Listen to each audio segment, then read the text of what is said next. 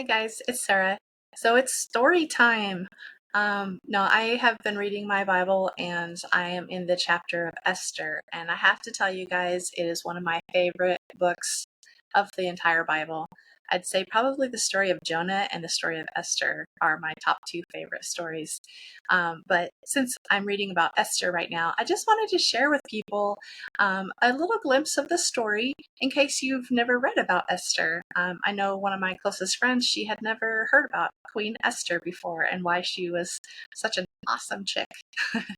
So just want to try my hand at telling a story.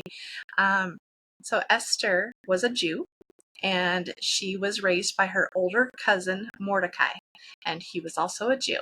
They lived in the town of Shushan in Persia, in the Persian Empire. And at that time, King, he's got a hard name to pronounce, Ahasuerus, was the Persian king over the kingdom. And I think archaeologists have said that his other name, he was also known by Xerxes the First. So Queen Esther, she wasn't a queen yet. Esther was raised by her cousin Mordecai, lived a quiet, simple Jewish girl life, and then as she got older, people started taking notice of how beautiful she was. Apparently, she really stood out from the crowd for being exceptionally beautiful.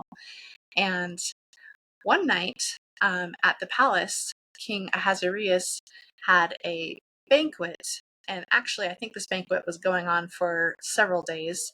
So he was having his own banquet, and then his queen Vashti, or Vashti, was also holding a banquet of her own for all the women and all her friends. And this one particular night, King Ahasuerus wanted to show off Vashti to his male counterparts and all the high officials in the land, and show them, excuse me, how beautiful Vashti was. Just parade her around. And she sent word back and said, "Nope, I'm not coming to your party. I'm busy with my girls." And that infuriated this king. In fact, Vashti was pretty crazy to do that because this king was known for being so angry that he would like saw people in half to punish them. So pretty scary of her to disobey the king like that. But it was even worse because not only did she disobey him, but she humiliated him in front of all the empire, because everybody, all the important people were at this banquet the king was holding. And then to add insult to injury, not only did she humiliate the king, but she set a precedence for all the women in the empire that you don't have to obey your husband. He wants to parade you around, and you know what? You can do what you want. You can say no.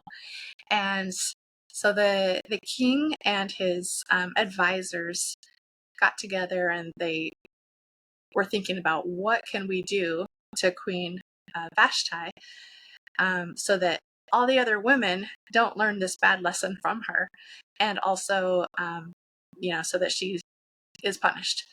And they don't really say what they did with her other than she was no longer queen. He made her lose her royal status, and he decided to go on a search throughout the entire country for beautiful young virgins that would come to the palace and receive these royal beauty treatments.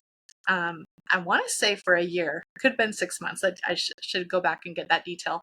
But for a long time, month after month after month, they're living in the royal palace all together, and they're receiving daily beauty treatments so that they will be absolutely perfect for the king. Now, he's going to, at the end of this time period, choose one to be his queen. And amongst all those women that were gathered, people noticed that Esther was beautiful, and they scooped her up and made her come to the palace. So here she was, a Jewish girl. She didn't tell anybody that she was Jewish. She kept that to herself on the advice of her older cousin Mordecai. And she just did her best to be kind and display good qualities. And her personality caught the attention of higher officials that were over her, and like one of them was a eunuch that the king placed over the women. Of course, eunuchs, because he can trust them in that way.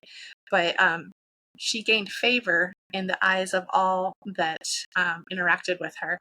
So she really displayed beautiful qualities, and it showed that even though she was beautiful in appearance, she was still humble, and her inner beauty reflected and made an impression on people far more than her outer beauty did. So, what a wonderful example for women to imitate today, to be meek and respectful and kind and loving, and win over people with your inner qualities, so that they even outshine your outer qualities of external beauty, which in time, beauty can fade. So how important that is as a little side lesson. But anyways, so at the end of this time, she actually did win the king's favor. And as one by one, the women were presented to the king. Another point about Esther is she was not caught up in, I want this jewelry and I want this jewelry and I want this jewelry. The account mentions that she just put on the jewelry that was suggested to her that she wear, and she didn't request anything else. So she kept it simple, and again, she was meek and humble. But the king chose her. And so suddenly, this little Jewish girl who lived a simple life was the queen of the Persian Empire in a completely different culture from her own, and elevated her status to heights that she'd never experienced before. So, okay, I was just checking the time to see if I should keep going or do a part two. I think I'm actually going to do a part two and pick up from here. Now Esther is a queen. And we'll watch the next story in a few minutes. Thanks, guys.